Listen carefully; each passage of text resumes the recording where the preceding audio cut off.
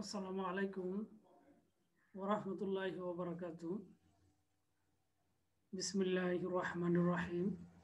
আশা করি তোমরা সবাই ভালো আছো। সরকারি ইসলামী কলেজের প্রথম বর্ষের ছাত্রছাত্রীদেরকে অনলাইন ক্লাসে স্বাগত জানাচ্ছি। তো আজকে তোমাদের টপিকস হচ্ছে ভেক্টর চ্যাপ্টারে ল্যাপ্লাসিয়ান অপারেটর, ডিফারেন্সিয়েশন এবং ইন্টিগ্রেশন নিয়ে। সেটাকে আমরা অনেক সময় বলতে পারি ল্যাপ্লাসিয়ান অপারেটর, যুগজীকরণ বা ইন্টিগ্রেশন, ডিফারেন্সিয়েশন, অন্তরীকরণ বা ব্যবকলন। তো আজকে তোমাদের যে টপিকস নিয়ে আলোচনা করব, তো এই ক্ষেত্রে আমরা দেখব যে ল্যাপ্লাসিয়ান অপারেটরের যে ঘটনাগুলো, যেগুলোর মাধ্যমে আমরা গ্রেডিয়েন্ট, কার্ল, ডাইভারজেন্স এগুলো নিয়ে কিছু কথাবার্তা থাকবে। ডিফারেন্সিয়েশনের কতগুলো নিয়মাবলী থাকবে এবং ইন্টিগ্রেশন সম্পর্কেও কিছু আলোচনা থাকবে এবং কতগুলো সূত্র বা নিয়ম রয়েছে, এগুলো তোমাদের অবশ্যই শিখতে হবে। তো আমরা একটু দেখে নিই যে আসলে অ্যাকচুয়ালি আমাদের আজকের ক্লাসে কি কি কথাগুলো আমরা আজকে বলতে পারি। তো প্রথমেই আমরা যে টপিকস নিয়ে আলোচনা করব সেটা হচ্ছে ল্যাপ্লাসিয়ান অপারেটর। তো এখানে দেখা যাচ্ছে যে এই যে ল্যাপ্লাসিয়ান অপারেটরে আমাদের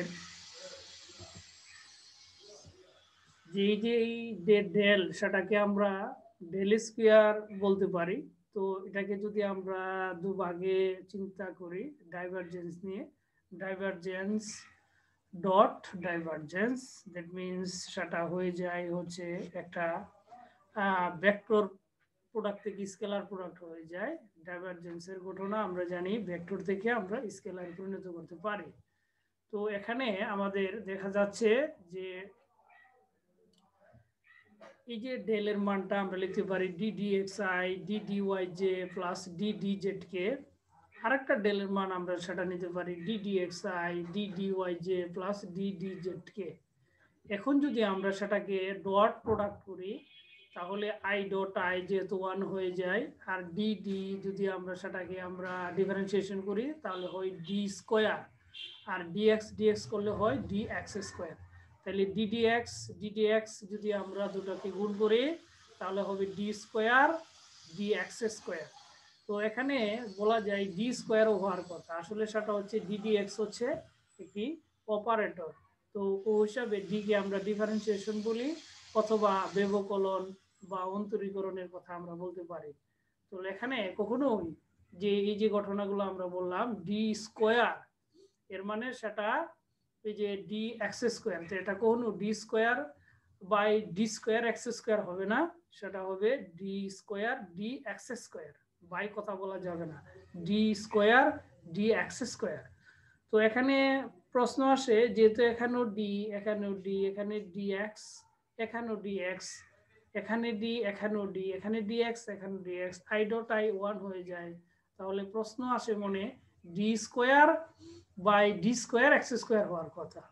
তাহলে যেহেতু এটা ডিফারেন্সিয়েশন, তো এখানে আসলে অ্যাকচুয়ালি তোমার এই যে স্কোয়ার হবে না, শুধু এক্স এর উপরে, এই যে শুধু এক্স এর উপরে কি হবে, এই স্কোয়ারটা হবে, শুধু এক্স এর উপরে স্কোয়ারটা হবে, এই ডি এর উপরে হবে না।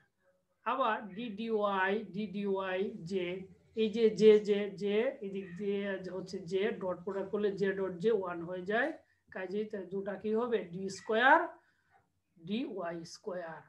আবার প্লাস যে ডিডিজেড কে, ডিডিজেড কে, এই ডিডিজেড কে, এই ডিডিজেড কে যদি আমরা ডট প্রোডাক্ট করি তাহলে দুটো হয়ে যায় হচ্ছে 1, কে ডট কে 1 হয়ে যায়। তাহলে এখানেও হবে D square D Z square. এই ডিডিজেড কে, এই ডিডিজেড কে যদি আমরা ডট প্রোডাক্ট করি, তো এখান থেকে আমরা দেখতে পেলাম এই যে ডি ওএস ডেল স্কোয়ার, এই ডেল স্কোয়ারটাকে বলা হয় লাপ্লাসিয়ান অপারেটর। যদি আমরা দুইটা ডেলকে যদি আমরা ডট প্রোডাক্ট করে নিই তাহলে যা হবে সেটা হবে ডেল স্কোয়ার, সেটাকে বলা হয় ল্যাপ্লাসিয়ান অপারেটর। যদি পরীক্ষায় আসে যে ল্যাপ্লাসিয়ান অপারেটরের মাধ্যমে আমরা কিভাবে অঙ্ক করতে পারি, তাহলে এই কথাগুলো আমাদের জানতে হবে। তো আমরা দেখে নেই যে যদি আমরা একটা ফাংশন নিয়ে আমরা চিন্তা করি, যদি আমরা একটা ফাংশন নিয়ে চিন্তা করি, যদি এফ যদি একটা ফাংশন হয়, তাহলে এই এই ডেল ল্যাপ্লাস এন অপারেটরের সাথে যদি আমরা এফ কে আমরা নিয়ে নেই, তাহলে প্রত্যেকটির সাথে যে এফ চলে আসবে। এই যে এখানে এফ ছিল না, যেহেতু এখানে এফ নিয়ে গেছি, তাহলে এখানে প্রত্যেকটির সাথে এই এফ নিয়ে যাওয়ার কারণে হয়ে যাবে del square F T X square plus del square F D Y square. তাহলে এখানে আসলে এটাকে আমরা ডি বলবো, ডেল স্কোয়ার না, del square F is equal to D square F D x square plus D square F D Y square plus D square F D Z square, যদি সেটা একটা এফ একটা যদি ফাংশন হয়। পক্ষান্তরে এই এফ যদি ফাংশন না হয়ে যদি অন্য আরেকটা ভেক্টর হয়, তাহলে কি দাঁড়াবে? যদি একটা ভেক্টর ফিল্ড হয় এফটা, তাহলে এফ হচ্ছে একটা ভেক্টর ফিল্ড বা ভেক্টর রাশি, তখন কি দাঁড়ায় যে d square F x D x square. F কে আমরা তিনটা অংশে ভাগ করতে পারি, f x i, f y j, f z k. তো এখানে আমরা লিখতে পারি f i, f j, f k. তাহলে এটাকে যদি আমরা ডট প্রোডাক্ট করি, ঠিক সেমই ঘটনা দাঁড়াবে। তাহলে এখানে F X, F Y, F Z, এগুলো হচ্ছে জেড হচ্ছে জেড অক্ষ বরাবর, ওয়াই হচ্ছে এফ ওয়াই হচ্ছে ওয়াই অক্ষ বরাবর, আর এফ এক্স হচ্ছে এক্স অক্ষ বরাবর। তাহলে যদি আমরা ডট প্রোডাক্ট করি, ঠিক সেম এই ঘটনাগুলো এখানে চলে আসবে। তাহলে এই যে del square F is equal to আমরা লিখতে পারি D square F x D x square plus D square F Y D Y square plus D square F Z D Z square.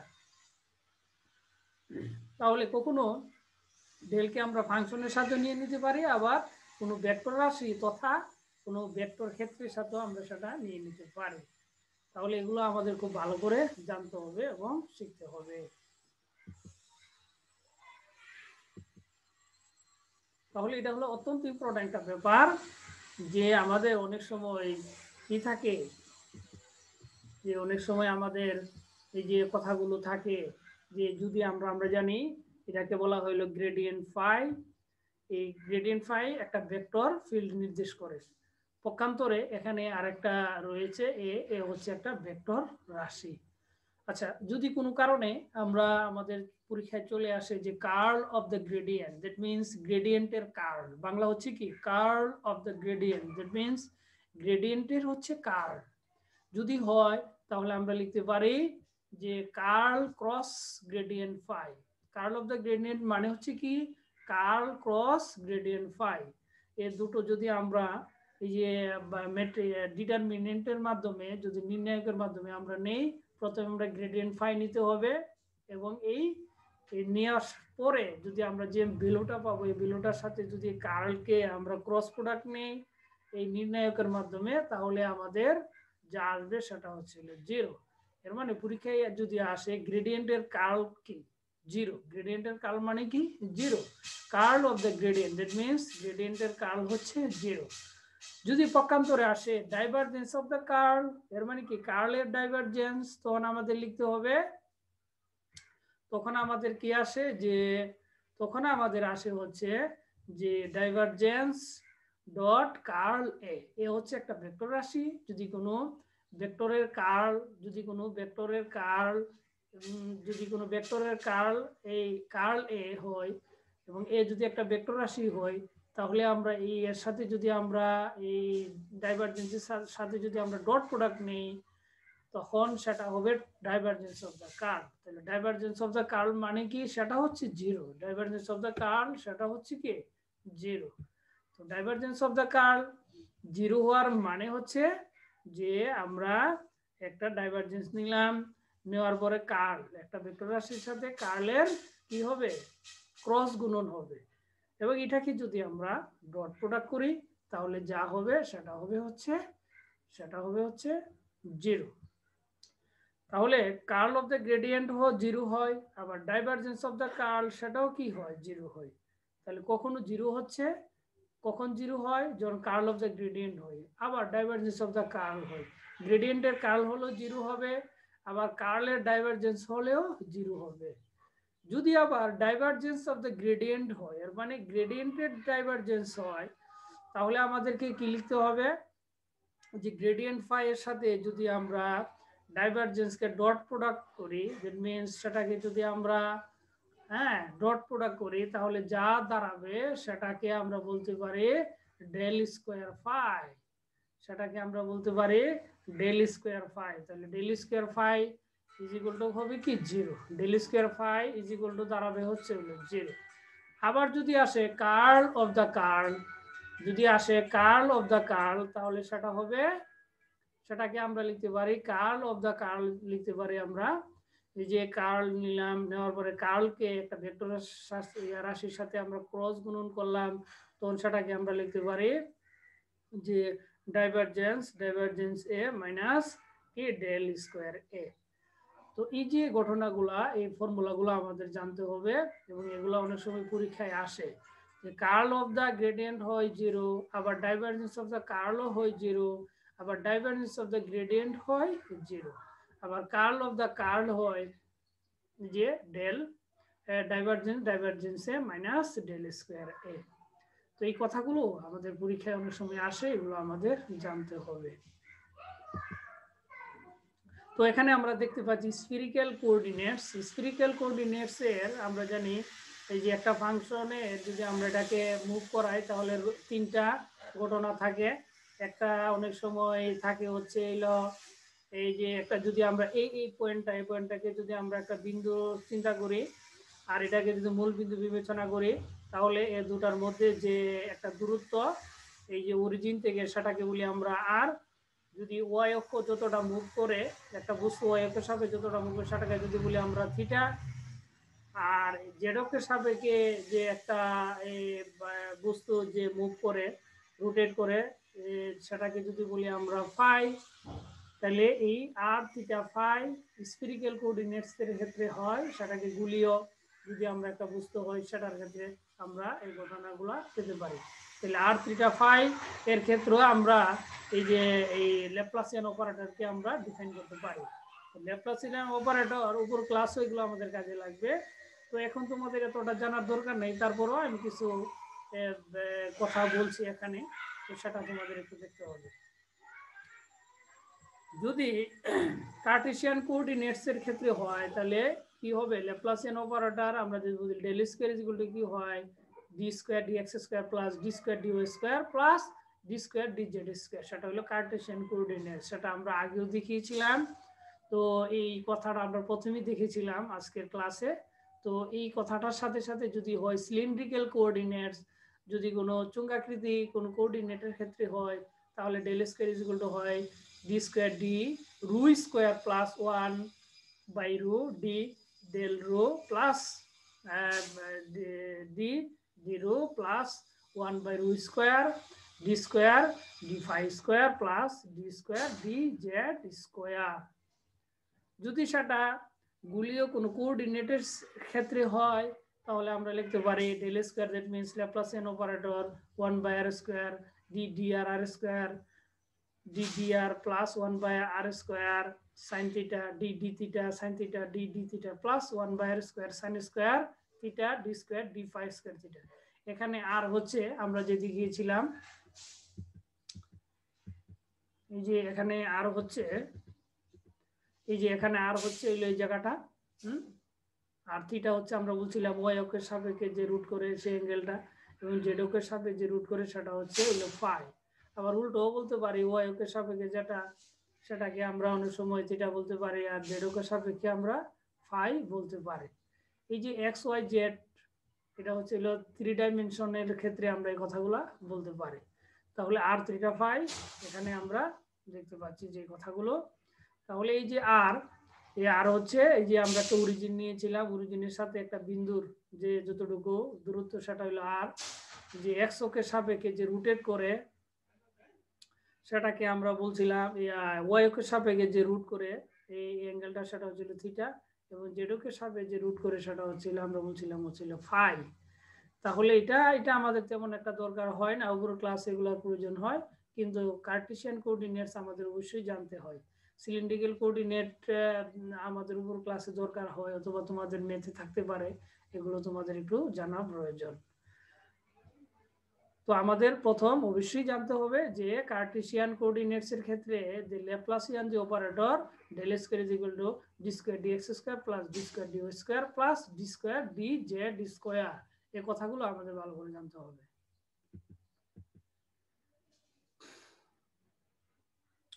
তো আমি তোমাদের যে প্রথম একটা কথা বলছিলাম, যদি মনে করো যে আসলে আমরা এখন দেখবো হচ্ছে ডিফারেন্সিয়েশন এবং ইন্টিগ্রেশন নিয়ে কিছু কথাবার্তা।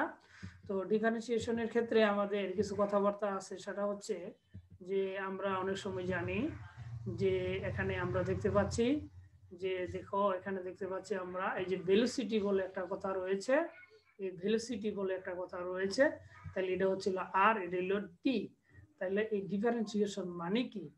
ডিফারেন্সিয়েশন মানে হচ্ছে ধরো তোমার হাতে একটা 12 ইঞ্চির একটা স্কেল রয়েছে, হ্যাঁ, তো এই স্কেলটাকে যদি তুমি 12 ইঞ্চিকে যদি তুমি ভাগ করো 1 2 3 4 5 6 7 8 9 10 11 12, তাহলে ছোট ছোট ছোট ছোট ভাগে ভাগ হয়। তাহলে এই যে ভাগগুলো হচ্ছে, এই ভাগগুলোকে আমরা যে ছোট ছোট ভাবে আমরা যে ডিফাইন করলাম, এই ডিফাইনটা কি ম্যাথের ভাষায় বা ফিজিক্সের ভাষায় সেটাকে বলি আমরা ডিফারেন্সিয়েশন বা অন্তরীকরণ। তো এখানে rate of change of velocity with respect to time, the rate of change of displacement with respect to time, সরণের পরিবর্তন সময়ের সাথে, সেটাকে আমরা বলি বেগ, ভেলোসিটি। তো আমরা কি বলছি যে যে সরণের সাথে the rate of change of displacement with respect to time, সরণের সাথে সময়ের সাথে সরণের যে পরিবর্তন, the rate of change of displacement, সরণের পরিবর্তন with respect to time, সময়ের সাথে, তাকে বলি আমরা হচ্ছে ভেলোসিটি। তাকে আমরা কি বলি? এই যে ভেলোসিটি বলি, ভেলোসিটি বলি।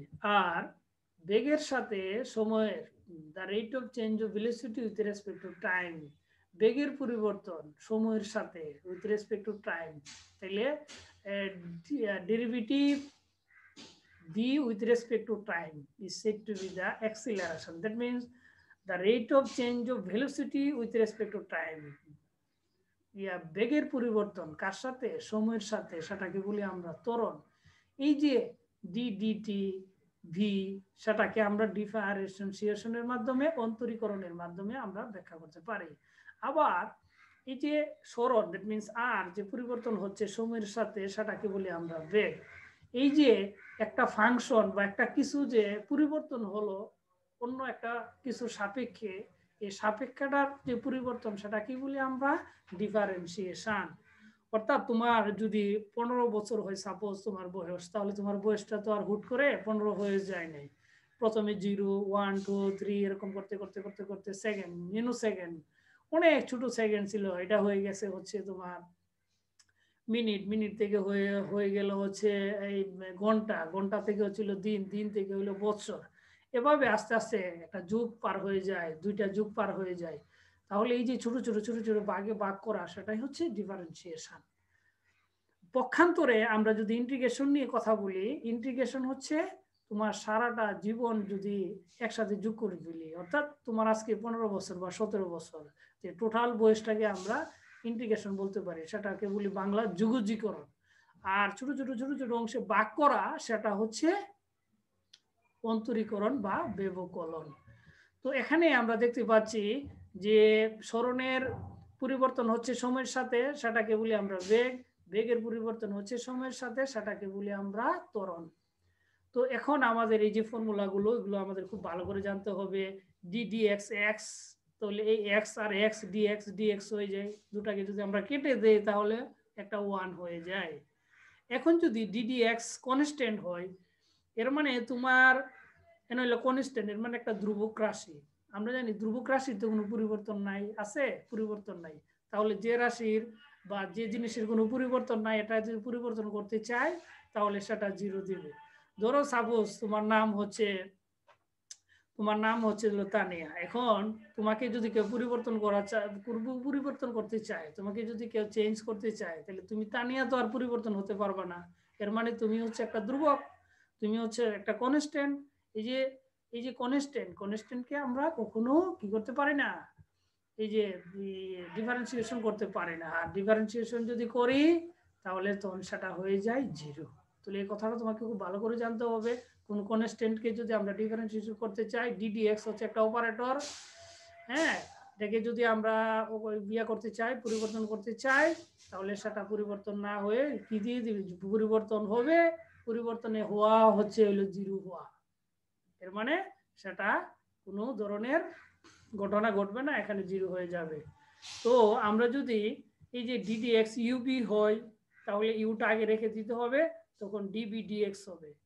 আবার যখন ইউ রেখে দিব তখন বিটা হবে, তাহলে b ইজ ইকুয়াল টু কি হবে, b du dx হবে। তাহলে ddx ub মেথডে আমরা যদি লিখতে চাই সেটা হবে কি u db dx plus b du dx।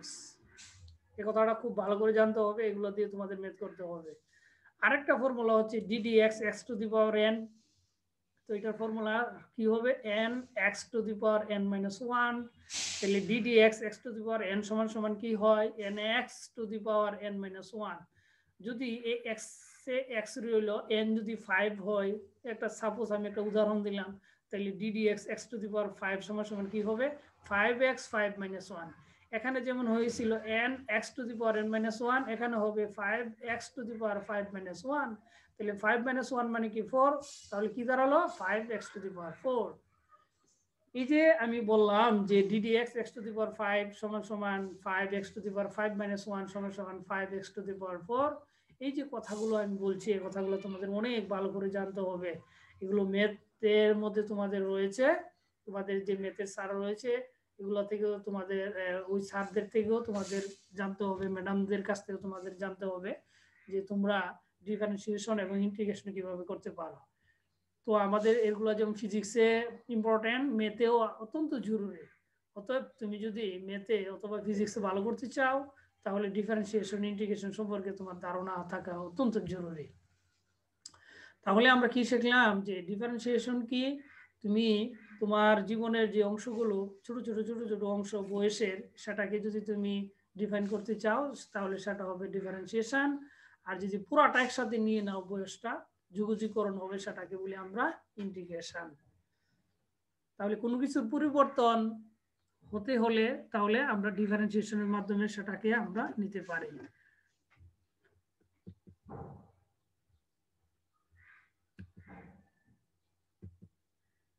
তাহলে এখানে দেখা যাচ্ছে যে ডিফারেন্সিয়েশনের কতগুলো ফর্মুলা রয়েছে, যেমন ddx(x1), ddx(a), ddx to the power n, n x to the power n minus 1, ddx cos x minus sin x।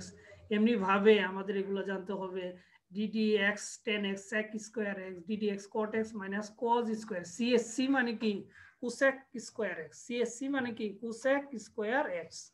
তাহলে ddx sec x তাহলে কি হয়, sec x tan x, sec x tan x হয়। তাহলে এই যে ফর্মুলাগুলো, এই ফর্মুলাগুলো অবশ্যই তোমাদের জানতে হবে।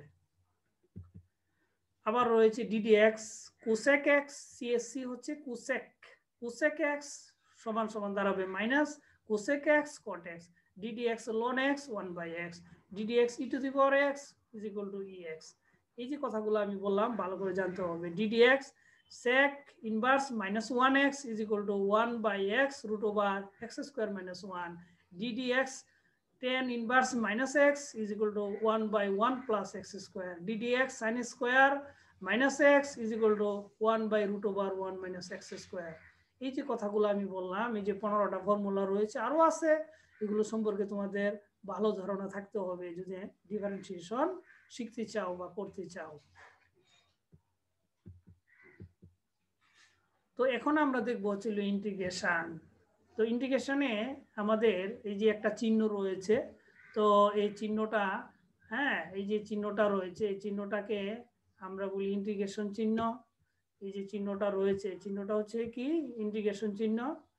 এই যে ইন্টিগ্রেশন চিহ্নটা তোমাদের অনেক সময় বুঝতে হয়।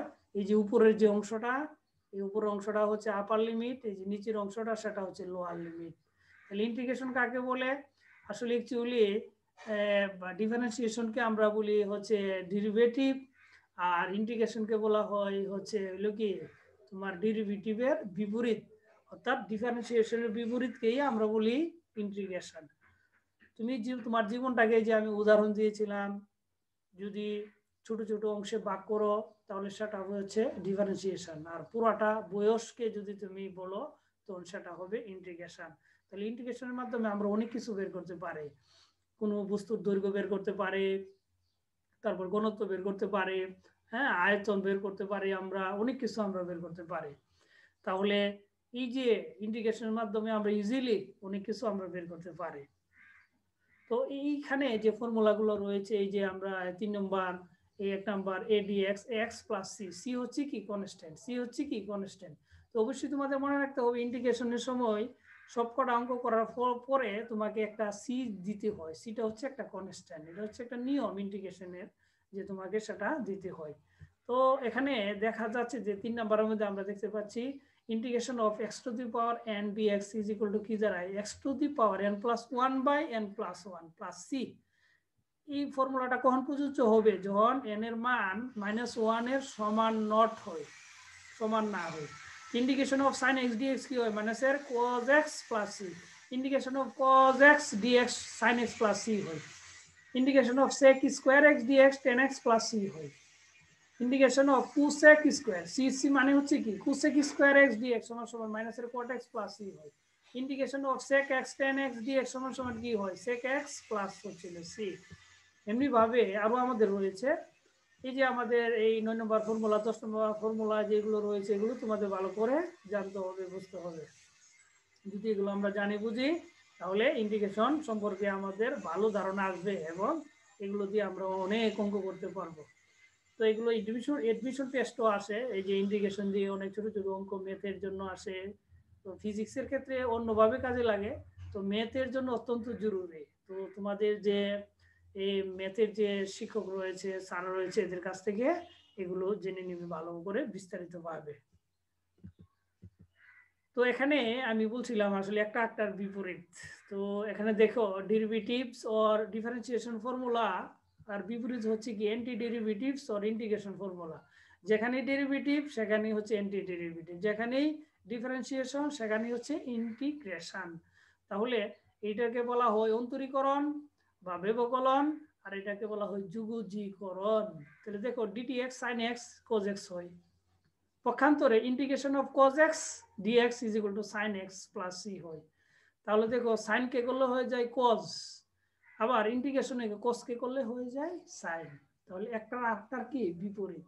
তো এইটা যদি তুমি তুলনা করে শিখো তাহলে তোমার জন্য কি হবে, ইজি হবে, তুমি মনে রাখতে হবে ভালো, মনে রাখতে পারো ভালো করে।